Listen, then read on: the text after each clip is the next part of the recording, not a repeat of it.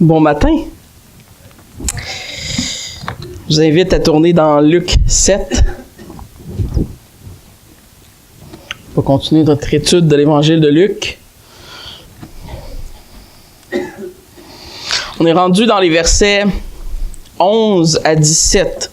Et si vous vous rappelez bien, pas la semaine passée, mais la semaine d'avant, on avait vu l'histoire du centenier et la foi surprenante de ce même centenier. Vous savez, la tragédie, le désespoir, les difficultés, la mort font partie des réalités qui sont les nôtres en tant qu'être humain, en tant qu'être physique et maintenant déchu après la chute. On meurt, on vit, mais on vit difficilement. Et la réponse des gens au ce qu'on pourrait appeler le désespoir humain est souvent très circonstancielle. Donc, ça dépend de ce qui arrive, comment on se sent. Et soit qu'on a l'impression qu'on ne fait pas assez d'efforts, que notre environnement n'était pas optimal, que nos parents nous ont mal élevés, qu'on était dans une classe sociale plus pauvre qu'un autre, qu'on n'était pas assez intelligent, pas assez fort, pas assez beau, qu'on était une victime de quelque chose ou d'un autre. Le monde dans lequel on vit nous offre bien des raisons d'être des victimes. Mais il a une seule solution qui, malheureusement, est une illusion. Et la triste réalité, c'est que ce que le monde vous dit au désespoir humain, c'est « essaye plus fort, la réponse est en toi. Tu es la réponse, fais juste plus essayer. » Trouve ton potentiel, crée ton bonheur. Tu sais, toutes ces belles phrases Facebook. J'ai pas Facebook, mais je sais qu'ils sont là-dessus. Vous reconnaîtrez dans ce langage de licorne et de calinours un thème central, celui de l'humanisme. Là où l'homme est au centre de l'univers et où les circonstances sont un résultat de nos actions seules. Mais la Bible nous dit autrement. Elle nous dit que nous sommes pécheurs et que tous ceux qui sont autour de nous sont aussi pécheurs. Ce qui nous met dans une situation qu'on pourrait appeler précaire. Ils n'ont pas totalement tort. Nous sommes responsables de la folie de l'idéologie qui est autour de nous. Mais on est à la fois responsable et victime de par nos propres péchés et par les péchés des autres envers nous. Et donc la solution que l'humanisme nous offre de « essaye plus fort » n'est pas tant évidente, ni adéquate ou complète. Quand l'homme vit du désespoir, il y a deux choix possibles. Soit se tourner vers lui-même, vers l'humanité pour une réponse, ou se retourner à l'extérieur de lui-même, vers quelque chose d'autre, souvent qui est une religion, quelque chose externe à l'homme.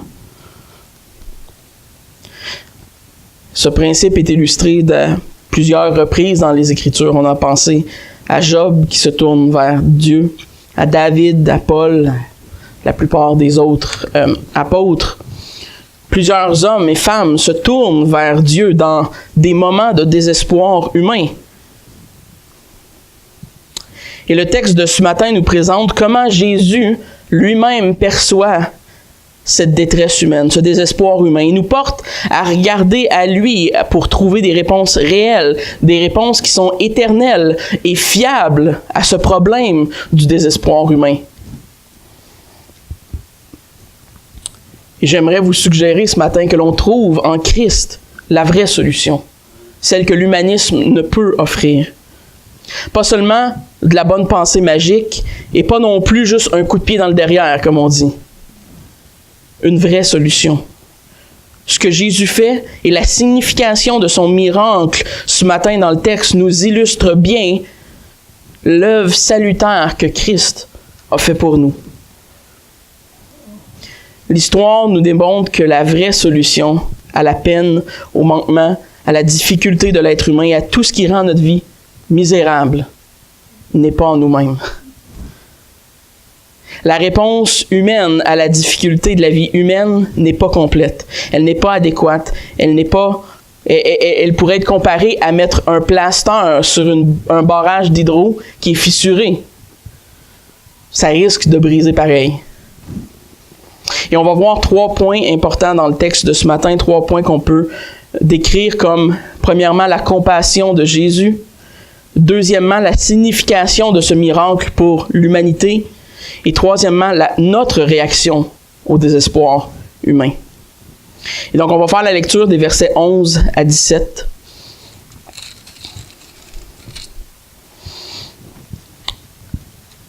Le jour suivant, Jésus alla dans une ville appelée Nain. Ses disciples et une grande foule faisant route avec lui, lorsqu'il fut près de la porte de la ville, voici, on portait en terre un mort, fils unique de sa mère, qui était veuve, et il avait avec elle beaucoup de gens de la ville. Le Seigneur, l'ayant vue, fut ému de compassion pour elle et lui dit, « Ne pleure pas. » Il s'approcha et toucha le cercueil. Ceux qui le portaient s'arrêtèrent. Il dit, « Jeune homme, je te le dis, lève-toi. » Et le mort s'assit et se mit à parler. Jésus le rendit à sa mère. Tous furent saisis de crainte et ils glorifiaient Dieu, disant, « Un grand prophète apparut parmi nous, et Dieu a visité son peuple. » Cette parole sur Jésus se répandit dans toute la Judée et dans tous les pays d'alentour. Seigneur, on te prie que tu bénisses ta parole ce matin, que tu ouvres notre intelligence, nos pensées à connaître les choses qui viennent de toi, à avoir un bon discernement des choses spirituelles.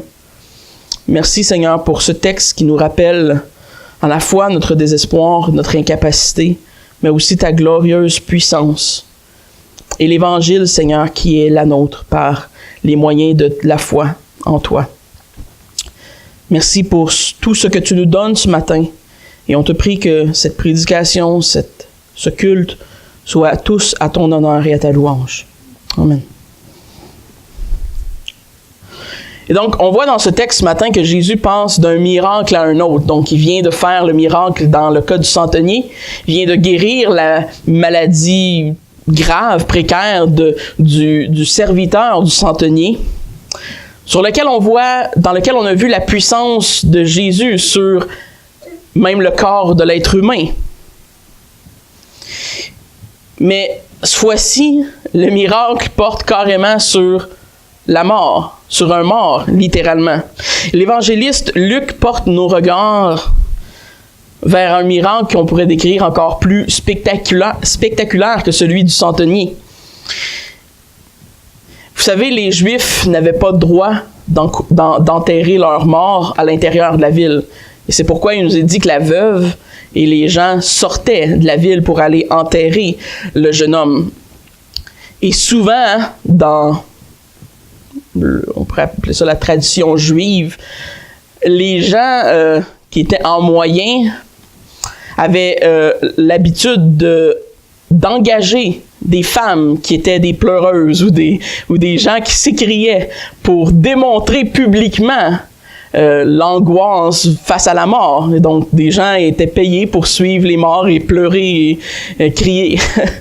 Mais dans ce cas-ci, on voit probablement que c'était une femme pauvre, mais on voit qu'il y avait beaucoup de gens avec elle, mais que c'était elle qui pleurait et qui priait. Ce qui est un peu contre-culturel de ce qui se passait habituellement, mais qui nous raconte l'histoire d'une femme qui est réellement profondément en détresse due à son expérience.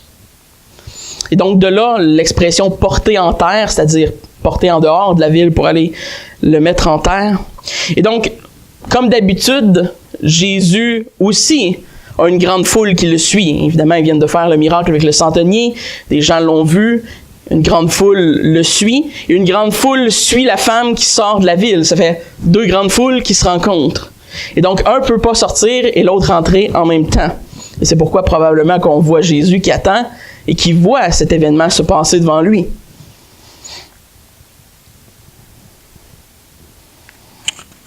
On pourrait en venir à se demander dans le contexte si c'est vraiment une coïncidence que Jésus voit son chemin bloqué par cette foule. Coïncidence ou ce que j'aime appeler une dieucidence, puisque je ne crois pas vraiment aux coïncidences. Mais dans ce texte, on voit clairement notre premier point ce matin, c'est-à-dire la compassion de Jésus-Christ. Un des buts de l'évangile de Jean, en fait, vous vous rappelez, l'évangile de Luc, excusez, j'ai dit Jean. Luc est un médecin. Et Luc a une grande compassion pour les malades, les démunis, et on le voit tout au long de son évangile. Et donc, un des buts de de Luc, excusez, je dois avoir lu Jean ce matin, c'est de démontrer la compassion de Jésus-Christ pendant son ministère terrestre, de montrer comment Jésus était un homme compassionné pour les gens démunis. Et dans le cas de notre texte ce matin, on parle d'un défunt, d'un mort, le fils unique d'une veuve. Et donc Luc prend la peine de décrire à quel point cette femme était dans un profond chagrin. Elle était sur le point d'enterrer, de mettre en terre son fils unique. Et en plus, elle était veuve. Ça signifie également, vous savez, historiquement, là, qu'il n'y avait personne pour porter son nom. C'était la fin de sa lignée. Elle se retrouvait seule de toute sa famille. Elle n'avait aucun soutien financier, probablement, et aucune protection. Vous savez, le monde antique n'est pas comme aujourd'hui, là. Les femmes ne réclamaient pas tant d'indépendance qu'ils le font aujourd'hui. En fait, le contraire était probablement vrai. Il y avait une certaine dépendance qui était nécessaire du groupe familial en partant, mais de l'homme, du mari et des fils que cette femme allait avoir. Il n'y avait pas beaucoup de travail là, pour une veuve dans l'Antiquité juive. Et donc, les circonstances de cette femme ne doivent pas être comparées aux circonstances, du moins tragiques, là, d'une veuve de nos jours, qui est une tragédie, mais peut-être avec moins de conséquences réelles que pour dans le temps. Et donc, elle dépendait beaucoup de son fils dans la circonstance, étant déjà veuve, ayant déjà enterré son mari. Elle dépendait de son fils pour son soutien, pour probablement sa survie, son bien-être. Et lorsque Jésus la voit, il nous est dit qu'il éprouva, il était ému, il éprouva une compassion pour cette femme. Il lui dit, ne pleure pas. Ça aurait été quelque peu vraiment mal vu de dire quelque chose comme ça si on ne connaissait pas le reste de l'histoire. Si Jésus aurait dit, ben, pleure pas, vous comprenez, ça aurait été un peu déplacé. Parce qu'il y avait une place nécessairement pour le désespoir de cette femme. Il était justifié, il était saint à la limite. Et donc cette parole, sans les actions de Jésus qui suivent, aurait été très inconsidérée. Mais sachant le reste de l'histoire, on sait pourquoi Jésus lui dit ça. Et on sait ce à quoi la femme va se rappeler quand elle va penser à cet événement dans sa vie et qu'elle va dire « Hey, cet homme qui a ressuscité mon fils me dit, ne pleure pas. » Ça aura une toute autre nouvelle signification pour elle, tout comme ça l'a pour nous quand Dieu nous ressuscite. Son premier geste à Jésus fut d'aller vers la veuve déchirée par les circonstances. Vous savez, contrairement au centenier, il n'y a personne à ce moment-là qui vient vers Jésus. La veuve ne va pas vers Jésus. Peut-être qu'elle ne le reconnaît pas, peut-être qu'elle ne le voit même pas. Le texte ne nous le dit pas nécessairement. Mais il n'y a personne de la foule avec la veuve qui va voir Jésus pour lui demander un miracle, comme dans le cas du centenier. Jésus le fait réellement de son propre gré. Va vers la femme qui vit ce désespoir. Rien ne lui est demandé. Rien n'est attendu de lui. De sa propre initiative, voyant cette femme en chagrin, il va lui parler. Il lui dit « Ne pleure plus ». ces mots, contrairement à ce que la femme a peut-être pensé sur le coup, étaient des mots de réconfort. Et Jésus fait quelque chose d'étonnant à ce moment-là. Oui, le miracle, mais avant le miracle, il fait quelque chose d'étonnant. Il met sa main sur le cercueil. En fait, c'était pas vraiment un cercueil, là. Il était comme enroulé, puis il était comme sur une espèce de plateforme. C'était pas comme un cercueil comme on se l'imagine aujourd'hui en bois qui ferme avec des pentures et tout, là. Il a mis sa main sur un mort, là, littéralement. Il touche un mort, il touche le sépulcre d'un mort. Et la tradition juive était que de toucher un mort, c'était de se rendre impur, cérémoniellement impur. Et donc, il y avait des longues choses, des sacrifices à faire pour revenir dans la pureté, un peu comme la lèpre ou d'autres choses de ce type. Il devenait cérémoniellement impur en faisant cela. Et vous savez, Jésus fait ce genre de choses à plusieurs reprises dans l'Ancien Testament. Et j'aimerais spécifier que Jésus ne viole jamais le sens moral de la loi quand il fait ces choses. Il ne le fait pas en rébellion à la loi cérémonielle. Mais il utilise ces occasions pour dire à ses contemporains, et surtout probablement aux pharisiens et aux scribes qui étaient proches, l'importance de la vie au-delà des cérémonies. La loi cérémonielle, vous savez, avait été créée pour une raison. Pour ramener les hommes à Dieu, pour leur faire penser à leurs péchés, pour leur faire réaliser le besoin qu'ils avaient de pardon et de repentance devant Dieu.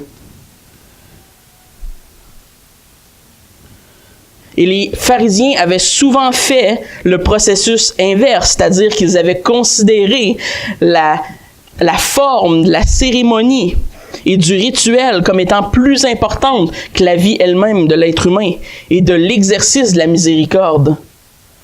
Et ce faisant, ils contrevenaient au sens moral de cette même loi. La loi cérémonielle avait certes son utilité historique dans l'Ancien Testament. Elle pointe vers la rédemption de Christ. Christ, étant le Messie, venait accomplir cette loi. Et par son action, il nous démontre, non pas de la défiance à la loi, mais il démontre qu'il est le seul interprète parfait de la loi et surtout qu'il en est le maître. C'est lui le maître de cette loi. C'est la loi qui est soumise à son maître et à Christ et non pas le contraire. Et touchant le sépulcre du mort, il démontre par ce fait même qu'il est pur et qu'il peut faire une telle action sans devenir impur. Parce qu'il est parfait, parce qu'il est Dieu.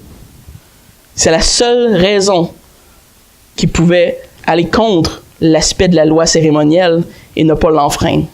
C'est parce qu'il était Dieu. Il s'oppose ainsi au ritualisme religieux des pharisiens et leur interprétation qu'ils avaient faite de la loi. Vous savez, en plus des lois cérémonielles qu'on voit dans l'Ancien Testament, dans Lévitique, dans ces livres du Pentateuque, les Juifs les pharisiens surtout, avaient ajouté une planorbe énorme de rituels qui n'étaient même pas ancrés dans le sens cérémoniel de la loi de toute façon. Et c'est souvent contre ces faux rituels religieux que Jésus s'insurge, et non pas contre la vraie loi cérémonielle. Il se montre à ce moment le maître absolu de la vie. Il se montre étant Dieu. Et quand il touche le sépulcre par compassion pour cette dame, il n'a qu'à dire une parole. Lève-toi. Pas de charabia bien long ou de processus de guérison incroyable comme on voit aujourd'hui. Ça m'a tout le temps un peu, parenthèse, ça m'a tout le temps un peu pas fait rire, c'est plus triste que d'autres choses, mais quand je vois des gens proclamer une puissance de guérison, mais prendre comme 5 heures à imposer les mains à quelqu'un pour guérir. Je veux dire, si c'est vraiment ça la guérison, on a peut-être un problème là. Parce que Jésus disait 2 paroles, puis c'était instantané. quelqu'un touchait son vêtement, c'était instantané. Donc, il y a quelque chose qui se perd dans la traduction. Mais bon, fin de la parenthèse. Quand il touche le sépulcre et qu'il il proclame les mots « Lève-toi », le jeune homme se lève. Et là, juste pour être sûr que la foule pense pas que c'est comme un truc magique, parce que bon, il y avait des magiciens, il y avait probablement des liseuses de cartes dans ce temps-là aussi, des gens qui faisaient des choses un peu étranges, les gens étaient habitués à voir un certain spectaculaire d'un sens. Mais de voir quelqu'un ressusciter des morts, c'était probablement pas courant. C'est-à-dire du jamais vu. Ben, ça avait été déjà vu dans l'Ancien Testament à quelques reprises, mais... Pour être certain que les gens pensent pas que c'était juste un truc ou une mauvaise farce ou je sais pas quoi, le jeune homme se lève et se met à parler. Vous savez, la parole, ça trompe pas vraiment. Si tu parles, t'es pas mal vivant. Si tu bouges, c'est peut-être tes nerfs, c'est peut-être un truc. Mais si tu bouges puis tu parles, je pense que t'es officiellement vivant. Et ça vient contrecarrer ce qui aurait pu être un certain pessimisme des gens dans la foule ou de la mère elle-même, de quasiment peut-être de ne pas croire que son fils était ressuscité. Et donc, il est ressuscité, la vie lui est redonnée, et la preuve de cela, c'est qu'il parle, et Jésus le redonne à sa mère. Quel moment incroyable, hein, quand on y pense juste humainement 2 secondes, là. Un moment touchant.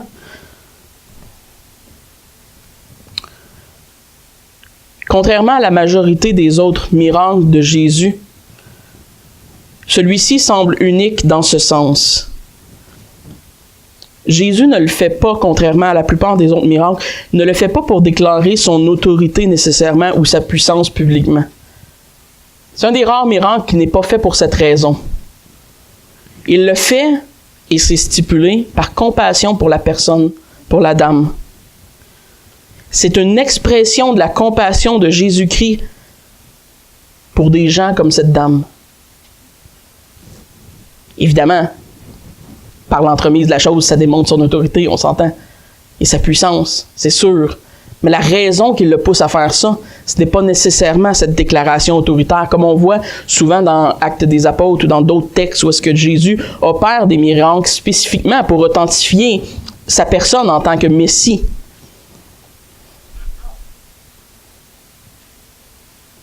Et je n'ai pu m'empêcher, en faisant la lecture de ce texte, de me rappeler que le geste de Jésus nous rappelle ce que c'est le vrai sens de la religion. Je suppose que vous connaissez le texte de Jacques 1,27.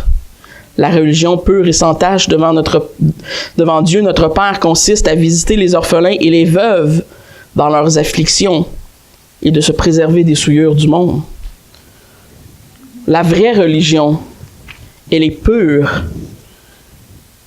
Les gens qui s'occupent des plus démunis et qui se gardent du monde, là est une vraie bonne religion. Et frères et sœurs, on ne devrait pas, et je vais peut-être confronter un peu vos idées enfouies évangéliques ce matin, mais on ne devrait pas seulement avoir une relation avec Jésus-Christ. Nous devrions avoir cette belle et pure religion aussi de Jésus-Christ. Ce n'est pas vrai que la foi est juste une relation avec Jésus-Christ. C'est une mise en pratique de notre foi. Et ça, si on n'est pas des hypocrites, ça s'appelle la religion. Et Jésus nous dit que la religion pure, bonne et sans tache, elle est désirable.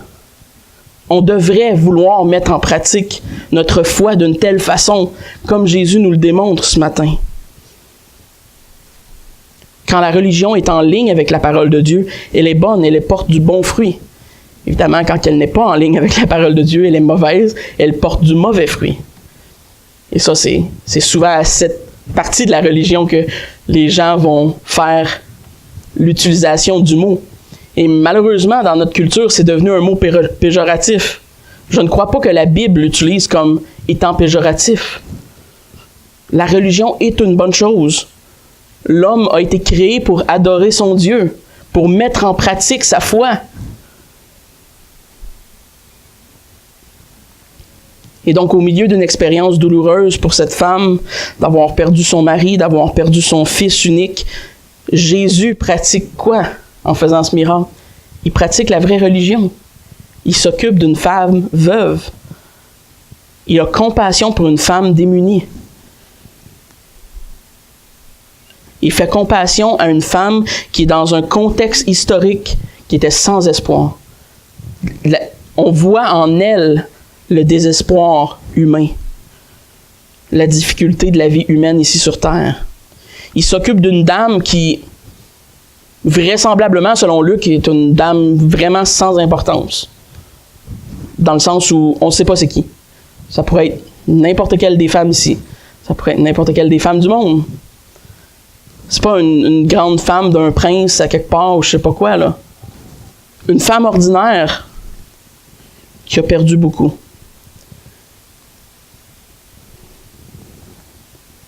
Cette compassion est une marque du Christ, du Messie, mais devrait aussi être la nôtre. C'est bien d'être réaliste. Vous savez, je suis quelqu'un d'assez cartésien, là, généralement. Je suis assez rationnel, mais si on n'est pas capable d'avoir une compassion pour des gens faibles et désespérés et dans une situation précaire, c'est ce qui fait que notre religion est hypocrite à ce moment-là, comme celle des pharisiens. Et c'est d'ailleurs l'un des mandats de l'Église que de s'occuper de ces gens démunis. Ce qui nous amène à la deuxième signification, je crois, de ce texte ce matin, le deuxième point, de ce texte ce matin, qui est la signification de ce miracle pour l'humanité. Évidemment, quand on voit la réponse de la foule, on voit qu'ils sont dans la peur et dans la crainte. Évidemment, ils viennent de voir quelque chose d'assez incroyable. Et leur réponse est de croire que Jésus est un prophète. Mais on sait évidemment qu'il était plus que cela. On sait qu'il était, oui, il était un prophète dans un sens. La Bible l'appelle souvent un prophète. Mais il n'était pas seulement un prophète. Malheureusement, les gens qui étaient là n'ont pas nécessairement compris la pleine histoire de ce qui venait de se dérouler devant eux. Et on le voit parce que c'est mis en évidence, parce qu'ils croient que Dieu a agi au travers Jésus comme il agit au travers les prophètes de l'Ancien Testament. Donc oui, ils croyaient que c'était Dieu qui venait de faire quelque chose. Et c'est bien, c'est la base de ça, mais ils ont failli à reconnaître que c'était Dieu lui-même qui venait de faire ça. C'était pas juste Dieu au travers Jésus. C'était pas juste Dieu au travers un prophète comme Moïse. C'était le Fils de Dieu qui était devant eux. La splendeur de ce miracle aurait dû peut-être leur allumer un peu des lumières, mais qu'il n'était pas seulement un grand prophète, mais aussi le Messie attendu, celui de l'Ancien Testament, qui était prédit. Peut-être que s'ils auraient compris vraiment le sens réel des textes qui nous parlent du caractère de Jésus pour les veuves, les orphelins, les gens démunis, les pauvres de ce monde, ils auraient compris ce qui s'était passé. Mais bon, c'est vrai qu'il est prophète dans un sens, mais il est aussi le Fils de Dieu. Et Dieu ne parlait pas au travers Jésus comme il parle à travers un simple prophète. Dans ce sens, les paroles de Jésus étaient puissance eux-mêmes. Jésus accomplit son merveilleux miracle de compassion à ce moment-là. Et on voit qu'il ne le fait pas pour la reconnaissance qu'il reçoit, parce que il ne reçoit pas vraiment la reconnaissance qu'il aurait dû avoir, puisque les gens croient qu'il est simplement un grand prophète par lequel Dieu opère un miracle, et non pas le Fils de Dieu. Donc ils n'ont pas vraiment reconnu qui il était par ce miracle. Et s'il y a de quoi, ça ne fait qu'amplifier la grandeur de son humilité et de sa considération pour cette femme. Mais on voit que leur réponse est rapide. Vous savez, certaines choses s'expliquent rationnellement, d'autres non. Là. Quand quelqu'un qui est mort devant nous, une grande foule le suit, une grande foule atteste qu'il est mort, et que là, il se lève, il parle, c'est plus dur à rationaliser. Même les plus cartésiens d'entre nous pourraient pas rationaliser cela. Bon, quoique certains théologiens libéraux vont quand même essayer, mais à leur perte. Ce qui est quand même bien, c'est qu'on voit que le peuple donne louange à Dieu. Et ça, c'est bien. Il s'exclame « Dieu a visité son peuple ». Quelle belle expression. C'est une expression qui revient souvent de l'Ancien Testament. Un peuple qu'Israël emploie à diverses occasions. C'est une expression qui est profondément ancrée dans le langage de l'Ancien Testament. On n'a qu'à penser, en début des chapitres de Luc, on a vu les chants de Zacharie, les chants de Marie, de Siméon, dans laquelle on retrouve cette référence à l'enfant qui allait venir, à Dieu qui allait visiter son peuple à travers l'entremise du Messie. L'idée d'une visite divine sur le peuple de Dieu. Et par Jésus-Christ, Dieu visitait son peuple, effectivement. Bon, c'était plus qu'une visite. Maintenant, il nous habite. Il n'est plus seulement un visiteur. Mais au moins, ils reconnaissent que c'est une action de Dieu. Bien qu'ils ne reconnaissent pas la pleine divinité de Jésus, qui venait de se manifester devant eux. Et l'histoire nous rappelle que Jésus est aussi le bon pasteur des brebis, celui qui prend pitié sur une femme veuve. Et Dieu se montre un Dieu proche, ne se montre pas un Dieu qui est lointain. Vous savez comment on appelait ça des dieux lointains? On appelait ça des idoles. Et les gens dans l'Ancien Testament faisaient mer et monde pour convaincre leur idole par leur dévotion, leur passion incroyable. Certaines sectes se coupaient, dansaient alentour de des feux, brûlaient leurs enfants pour montrer leur dévotion à des idoles, parce qu'ils avaient l'impression qu'il fallait qu'ils gagnent la faveur de ces idoles, de ces faux dieux. Mais Dieu ne se montre pas comme ces idoles. Il n'est pas un Dieu lointain duquel il faut que l'homme gagne sa faveur. De un, on ne peut pas gagner la faveur de Dieu. Point. Dieu se montre proche de nous parce qu'il est compassionné, parce qu'il est amour. Il y a un texte que j'aime beaucoup pour illustrer ce point, pour illustrer la différence qu'il y a entre Dieu et les idoles. C'est le texte du psaume 115, versets 2 à 8. « Pourquoi les nations diraient-elles, où donc est leur Dieu? Notre Dieu est au ciel, il fait tout ce qu'il veut. Leurs idoles sont de l'argent et de l'or, elles sont l'ouvrage de la main des hommes. Elles ont une bouche mais ne parlent point. Elles ont des yeux et ne voient point. Elles ont des oreilles et n'entendent point. Elles ont un nez et ne sentent point. Elles ont des mains mais ne touchent point. Des pieds et ne marchent point. Elles ne produisent aucun son dans leur gosier. Il leur ressemble ceux qui les fabriquent, tous ceux qui se confient en elles. Dieu est le seul vrai Dieu vivant et il n'est pas lointain comme ces idoles. Ces idoles, la caractéristique, vous savez, qui les différencie de Dieu, c'est quoi? La vie. Dieu est vivant. Ces idoles-là sont mortes. Ils sont rien. C'est des choses fabriquées par des hommes, de la terre, de la boîte, du métal, et on se penche devant eux. Dieu n'est pas, un tel idole. Il voit, c'est ce qui est explicitement dit dans le texte. Il voit, il entend, il parle. Il n'est pas mort et lointain comme ses idoles. Il est proche de ses enfants, de son peuple.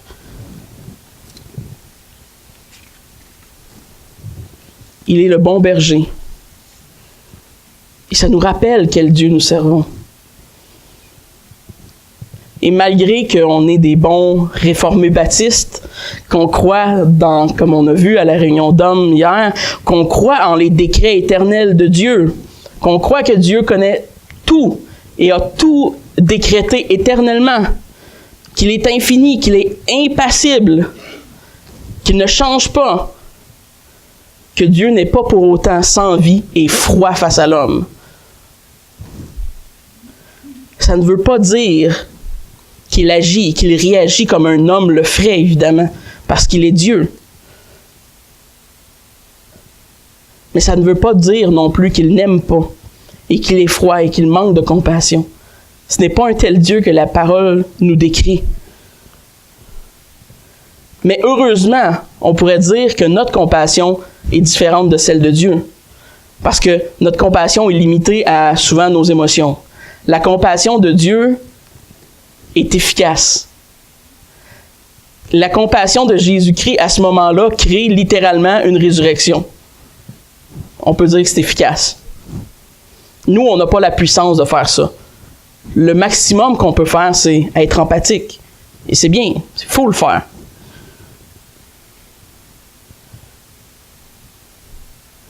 Mais on trouve un grand réconfort, je crois, dans ce texte ce matin face à la réponse de Dieu au désespoir de l'être humain. Cet événement est un court aperçu de la victoire de Christ sur la mort. Comme dans le cas du centenier, Jésus proclame cette résurrection et démontre qu'il a le contrôle non seulement pour empêcher quelqu'un de mourir qui est mourant, mais pour ressusciter quelqu'un qui est mort déjà. Et donc, il n'a pas seulement le contrôle sur la mort, mais sur la vie.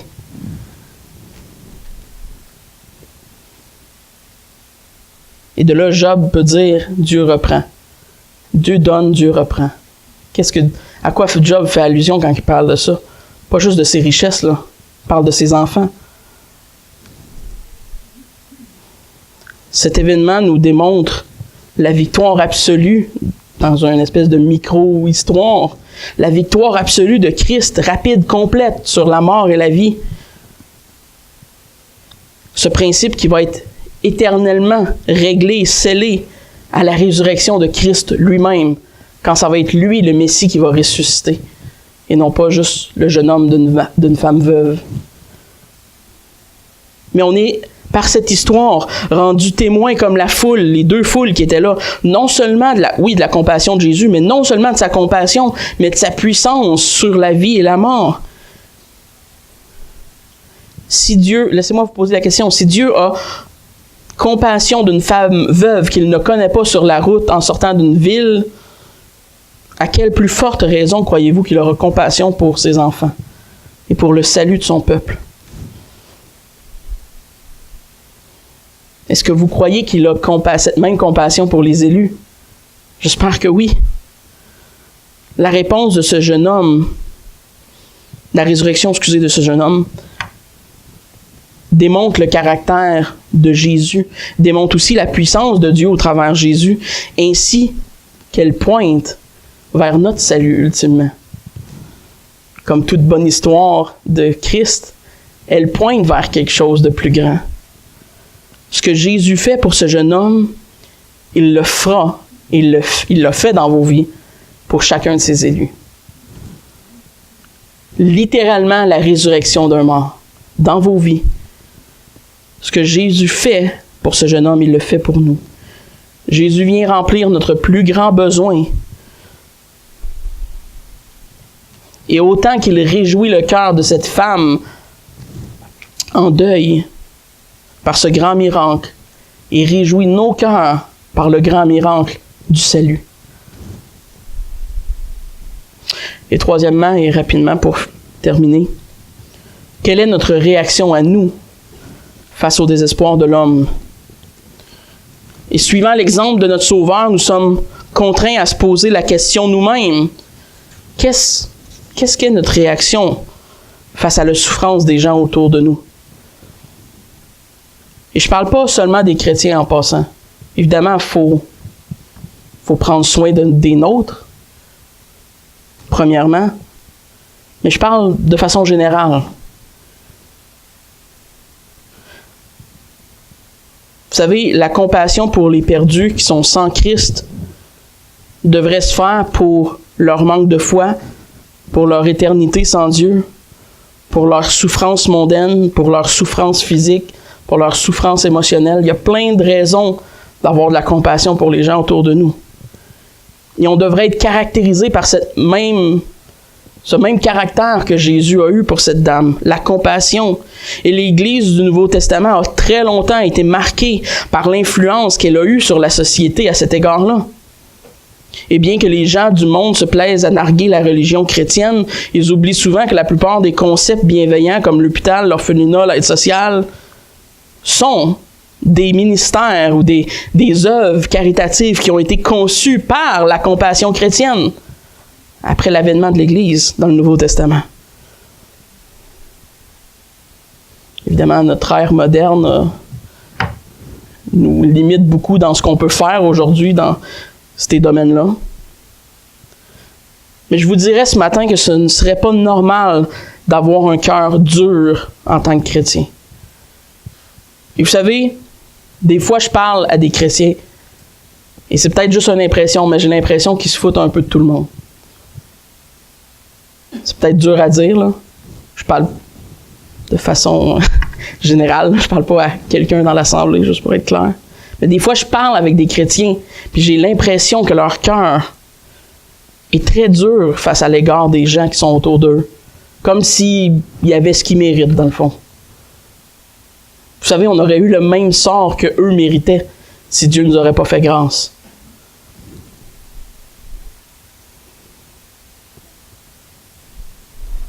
Ça va à l'encontre de ce que Dieu a fait pour nous, d'avoir une attitude dure et froide à l'égard de la souffrance des êtres humains autour de nous.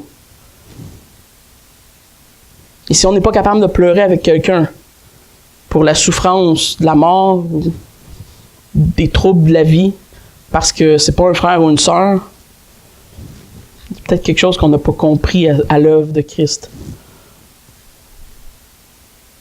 La parole de Dieu est démontrée, est mise en valeur, elle est exprimée à son summum, je crois, quand les chrétiens parlent en vérité et agissent en amour. C'est exactement ce que la parole de Dieu nous dit. On ne sacrifie pas un pour l'autre, là, mais les deux viennent ensemble. De parler en vérité, ce n'est pas d'être arrogant, ce n'est pas d'être froid. Ce n'est pas d'avoir un cœur dur à l'égard de tout le monde. Ce n'est pas de penser que tout le monde mérite ce qu'ils ont. Ce n'est pas d'être irritable ou en colère constamment envers les gens ou d'être insensible à la souffrance. Je dirais plutôt que d'avoir cette attitude, c'est de faire honte à la foi chrétienne. Malgré le désir des fois qu'on a de vouloir honorer la vérité de Dieu. Si de honorer la vérité de Dieu nous pousse à manquer de compassion pour les gens, on fait erreur. On n'agit pas bien. Et ce n'est pas ainsi que les gens devraient reconnaître des chrétiens de foi conservatrice, de foi orthodoxe, des réformés baptistes qui croient en la confession 1689. On devrait être... Vous savez, ça m'a tout le temps frappé que les conservateurs soient aujourd'hui considérés comme des gens durs et froids souvent. Vous savez, si on lit les textes de Calvin, de Luther, des réformateurs, des puritains, c'était des hommes incroyablement émotifs et passionnés. C'était des hommes qui étaient loin d'avoir un cœur dur.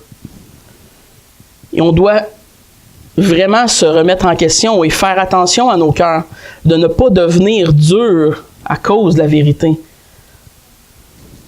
Que ce soit face à nos frères et sœurs qui ne croient pas exactement la même chose que nous, ou face aux gens du monde qui n'ont pas Christ dans leur vie. Vérité et amour, pas un sans l'autre. On devrait être reconnus comme des gens du livre, oui, des gens de la vérité, mais aussi des gens pleins de compassion, pleins de joie de vivre. On peut être connus comme des gens plates, ça va, c'est pas grave. Ça passe. Mais si on est connu comme des gens qui n'ont aucune empathie, qui sont froids, il y a un problème. C'est un mauvais témoignage. Et ce n'est pas le caractère qu'on voit chez Christ. Ce n'est pas le caractère qu'on voit de lui ce matin, qu'il a eu face à cette femme. Et donc, je termine en vous disant ce matin que la Bible nous appelle constamment à deux choses. La vérité et l'amour. La vérité dans l'amour, l'amour dans la vérité. Un ne va pas sans l'autre. Et notre compassion pour le monde, pour les êtres humains, pour le désespoir et pour la difficulté que les gens ont au quotidien, la difficulté qu'on a au quotidien, nous, devrait s'inscrire dans la même réflexion. dans la même compassion que Christ a eue pour cette dame. Évidemment, nous, on a juste le pouvoir d'être empathique. Ça se limite pas mal à ça, notre efficacité. Mais c'est déjà beaucoup. Et ça peut ouvrir des portes pour l'Évangile.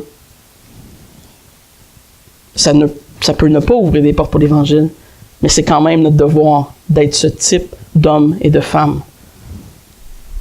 Prions. Merci Seigneur pour ta parole, merci pour cet exemple, merci pour ce que l'on voit au travers elle, la compassion du Fils.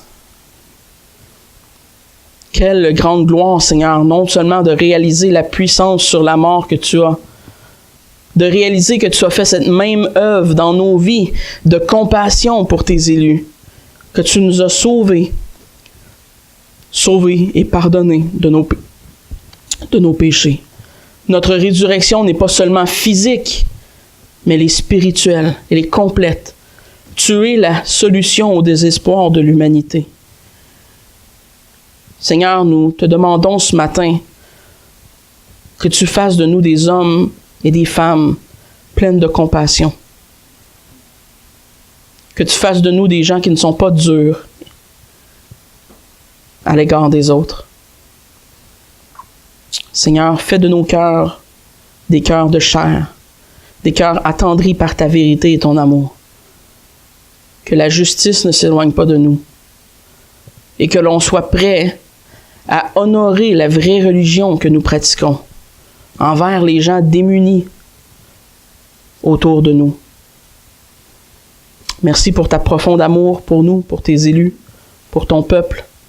Merci parce que tu nous sauves dans ta grâce, nous qui méritions absolument rien. Que le reste de cette journée, Seigneur, de ce jour qui t'appartient, soit ta plus grande gloire. Amen.